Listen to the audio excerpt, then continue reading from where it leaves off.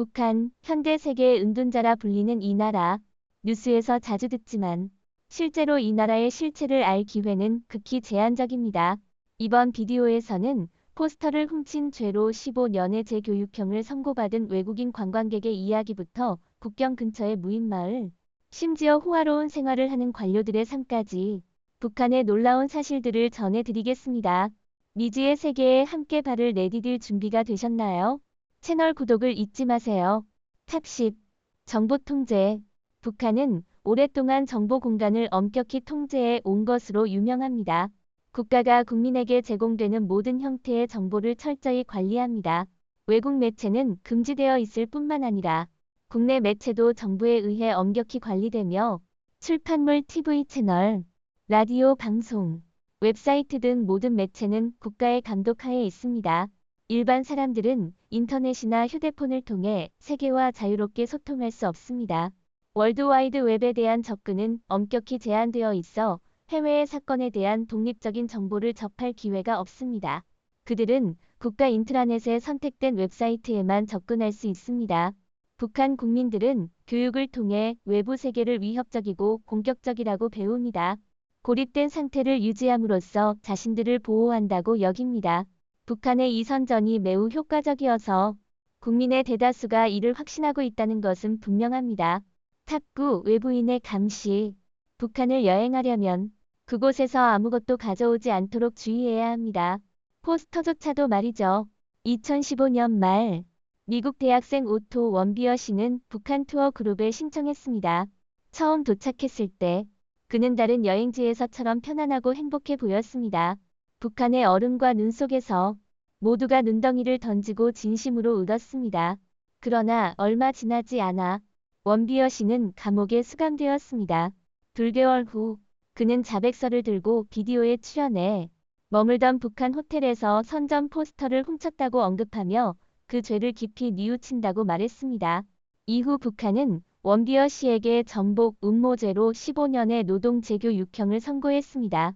2017년 6월 13일 원비어 씨는 북한에서의 17개월간의 억제를 끝내고 미국으로 돌아왔습니다. 그는 혼수 상태에 빠져 뇌에 심각한 손상을 입었고 식물인간 상태로 병원에서 며칠 후 사망했습니다. 그의 사망 전 폭행이나 신체적 손상이 있었다는 증거는 없다고 합니다. 따라서 원비어 씨가 건강한 상태에서 식물인간 상태로 변하게 된 경위는 여전히 미제입니다. 탑8 계급제도. 계급제도라고 하면 많은 사람들이 인도를 떠올릴 수 있습니다. 그러나 실제로 북한은 현재 매우 철저한 계급제도를 시행하고 있습니다. 계급제도는 혈통과 상속을 통해 특정 계층의 라이프 스타일을 계승하는 사회 계층 제도입니다. 이에는 보통 직업 계층, 커뮤니케이션 습관, 금기 사항 등이 포함됩니다. 북한은 모든 사람이 평등하다고 주장하지만 1958년에 김일성 주석은 출공성원 제도를 고안했습니다. 이 제도는 개인의 교육 기회, 취업 기호, 식량 배급의 우선순위, 그리고 그 사람이 거주하는 도시를 결정할 수 있습니다. 사실상 계급 제도입니다. 김씨 일가를 제외하고 북한의 인구는 셋개의 계급에 속하는 50개 이상의 계급으로 나뉩니다. 가장 높은 계급은 중액 계급이라고 불리며 인구의 30%를 차지합니다. 그들은 전쟁에 기여한 군인과 그 후손으로 대부분 평양에 거주하며 고급 직종에 종사합니다. 반면 두 번째 계급은 불안정한 계급으로 사업가, 자살형 사형수의 가족 등이 포함됩니다. 그들의 북한 내 사회적 지위는 비교적 낮으며 저임금 직종에만 종사할 수 있습니다. 또 다른 제3계급은 적대 계급으로 사회에서 가장 낮은 계급입니다. 그들은 북한의 북동부 지역에만 거주할 수 있으며 그 지역은 추운 날씨와 많은 산으로 인해 생활 환경이 매우 열악합니다. 많은 적대 계급은 도시조차도 거주할 수 없으며 노동 조건이 더 열악한 광산이나 농장에서 일할 수밖에 없습니다. 탑7 개인 숭배. 북한의 선전은 국가 지도자 김정은 씨를 중심으로 한 개인 숭배를 만들어내며 주체 사상을 미화하는 것을 목표로 하고 있습니다. 주체 사상의 기본 원칙은 국내 자원을 이용해 국가의 모든 필요를 충족하고 외부 세계로부터 독립성을 강화하는 것입니다. 그들은 경제적 및 정치적 자립을 달성하기 위해 외부 자원이나 외부의 영향에 대한 의존을 최소화하려고 합니다. 또한 개인 숭배 측면에서도 시민들은 끊임없이 지도자에 대한 충성을 표시해왔습니다. 공공 퍼레이드나 휴일, 기념일은 모두 정권에 헌납되며 발렌타인데이나 크리스마스와 같은 날조차도 휴일 목록에 포함되지 않습니다. 국민들은 자신의 지도자를 초월하는 존재는 없다고 확신합니다. 그는 노래를 제일 잘 부르고 춤도 출 수 있으며 모든 악기를 연주하고 시도 잘 쓰는 천재 중의 천재입니다. 그러나 실제로 그의 장애에 대해서는 거의 알려져 있지 않으며 생일조차도 미스터리로 남아 있습니다. 일부 정보에 따르면 김정은 씨는 스위스의 최고 학부에서 교육을 받았다는 설도 있습니다. 그러나 북한 국민에게 김정은 씨는 신이 주신 통치자로서 그의 학력이나 정확한 생년월일 등 사소한 사항은 아무런 관계가 없습니다. 6위 선전마을. 북한의 수도 평양 남쪽에 황도라는 특별한 마을이 있습니다. 외국에서 보면 이 마을은 다른 마을과 크게 다르지 않아 보입니다. 형형색색의 집과 학교, 어린이집, 병원들이 여기저기 흩어져 있습니다. 하지만 자세히 살펴보면 모든 것이 생각만큼 단순하지 않다는 것을 알 수 있습니다. 북한과 한국의 국경선에 위치한 이 마을은 북한에서는 평화마을이라고 부릅니다. 그러나 서방 언론은 이를 선전마을이라고 부릅니다. 왜냐하면 이 마을에는 사람 한 명도 살고 있지 않기 때문입니다. 이곳의 건물 대부분은 철근 콘크리트로 지어졌으며 창문에는 유리가 없고 전력 시스템은 자동 타이머로 관리됩니다. 유일하게 보이는 것은 도로를 청소하는 노동자들 뿐이며 이들이 인위적으로 사람의 흔적을 만들어내고 있습니다. 정성스럽게 관리된 밭은 경제적 번영을 환상적으로 보이게 하기 위해 설치된 것입니다. 그 목적은 북한 주민들의 좋은 삶을 한국에 보여주는 것입니다. 2004년에도 소형 빌딩에 설치된 스피커는 여전히 북한을 찬양하고 있습니다. 5위 자원 낭비. 1인당 연소득이 겨우 1,300달러인 나라에서 지도자 김정은은 극히 사치스러운 생활을 하고 있습니다. 매년 수천만 달러 상당의 물품을 전 세계에서 수입하고 있을 뿐만 아니라 수입자에게도 예외가 없습니다. 그가 좋아하는 자동차 브랜드는 메르세데스에서 벤츠이며 그의 차고에는 100대 이상의 차가 있다고 합니다.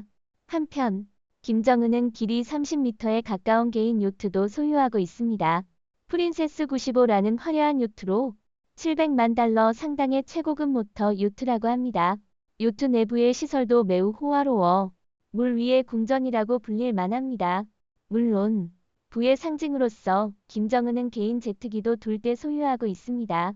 각 5천만 달러 상당입니다. 게다가 금 일가족은 북한의 최고 과학자 130명으로 구성된 장수센터를 소유하고 있다는 소문도 있습니다. 이 센터의 유일한 임무는 금 일가족의 건강과 행복을 보장하고 가능한 한 오래 살게 하는 것입니다. 쇠고기 부드러운 개선부터 김정은이 좋아하는 서양 브랜드 담배 복제, 강력한 마늘 약 제조까지 이 과학자들은 금 일가족의 건강과 장수를 위해 매일 일하고 있습니다. 미국에서 이러한 과학자의 평균 연봉이 연간 약 8만 달러임을 고려할 때 130명의 과학자를 고용하려면 최소한 1,040만 달러가 필요합니다. 4위 교통경비원. 평양의 거리를 걷다 보면 포플러와 버드나무로 둘러싸인 거리를 지나다가 가끔 붉은 장미 몇 송이를 보게 됩니다. 이 장미들은 평양의 여성 교통 경비원들입니다. 이들은 16세에서 26세까지의 미혼 젊은 여성들로 외모와 지성, 건강이 뛰어나며 신장은 1.65m를 넘고 많은 고등학교 졸업생들 중에서 엄선됩니다. 이들은 교통경찰 역할을 맡아 교차로의 중앙에 서서 차량 흐름을 살피고 신속하게 교통 정리를 합니다. 여성 교통 경비원들은 기본적으로 휴일도 없이 일합니다. 단, 휴일에 근무할 경우 교차로의 중앙에 서서 교통을 유도할 필요는 없고 도로변의 정상적인 질서를 유지하는 역할만 수행합니다. 이는 김일성 주석이 시작한 일요일 교통 캠페인 때문입니다. 그래서 일요일에는 버스와 특수 차량을 제외하고 일반적으로 도로를 달리는 차량이 거의 없습니다. 여성교통 경비원들도 휴식을 취하며 일주일의 피로를 풀 수 있습니다. 3위 청바지 금지. 평양 거리에서는 스타일리시한 제복을 입은 여성 교통 경비원을 자주 볼 수 있지만 청바지나 웅장한 머리 모양을 한 사람은 볼 수 없습니다. 북한에서는 청바지가 명확히 금지되어 있기 때문입니다. 북한은 청바지를 부르주아의 상징으로 보고 있으며 이러한 복장이 폐쇄적인 이 나라의 젊은이들에게 영향을 미치고 자본주의적 충동을 자극할 수 있다고 봅니다. 귀에 피어싱을 하거나 머리를 염색하는 등의 반사회적 행동은 불법으로 간주됩니다. 젊은이들이 서방의 사상에 영향을 받는 것을 방지하기 위해 북한은 사회주의 애국청년연합으로 구성된 패션경찰을 설립했습니다.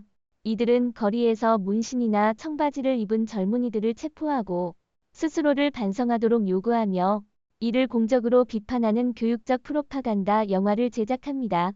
그러나 대부분의 북한 주민들에게 청바지를 구매하는 것은 어렵습니다.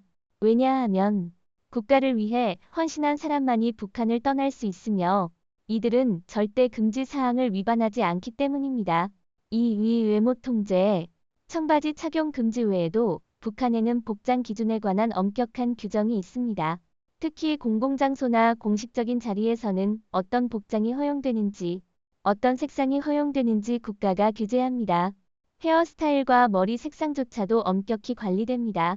북한에는 국가가 허가한 15가지 헤어스타일 목록이 있으며 모든 이발소는 이 표준 스타일에 따라 사람들의 머리를 자를 수 있습니다.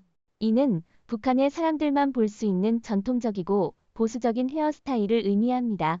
실제로 북한 사람들의 외모는 단순한 요구사항일 뿐만 아니라 정치적 상징이자 국가의 권위를 나타냅니다.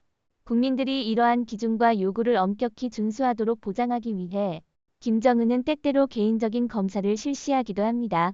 국민이 이러한 기본 규칙을 위반하면 상당히 엄격한 처벌을 받게 됩니다. 그들은 비판과 교육을 받을 뿐만 아니라 노동교화도 받아야 합니다. 1위 북한식 울음법.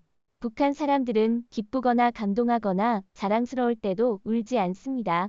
북한에서 이 울음법은 지도자에 대한 사랑과 국가에 대한 자부심을 표현하며 애국심을 나타내는 것입니다. 법에 따르면 국가 지도자가 군대 훈련을 시찰할 때 남성 병사들은 지도자를 보고 따뜻한 박수를 보내고 감동의 눈물을 흘리며 지도자에 대한 경의와 사랑을 보여야 합니다. 2011년 김정일이 사망한 후 북한은 슬픔에 빠졌습니다. 병사들도 일반인들도 참을 수 없어 울부짖었고 슬픔이 너무 커서 땅에 쓰러진 사람도 있었습니다. 뿐만 아니라 애도 기간 동안 시민들은 공공장소에서 다른 감정을 표출하거나 술을 마시거나 게임을 하거나 오락 활동을 하는 것이 금지됩니다.